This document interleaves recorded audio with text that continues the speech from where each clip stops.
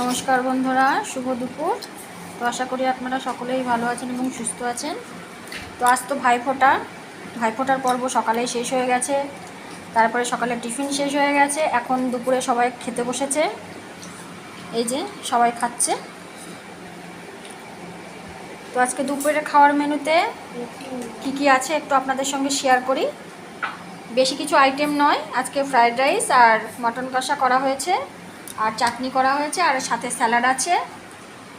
এই যে সবাই খাচ্ছে, খেতে বসেছে। প্রীতম, খাও। তোমার একটু রাইস নাও।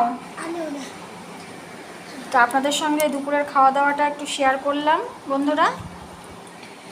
এখন আরও অনেকেই বাকি আছে।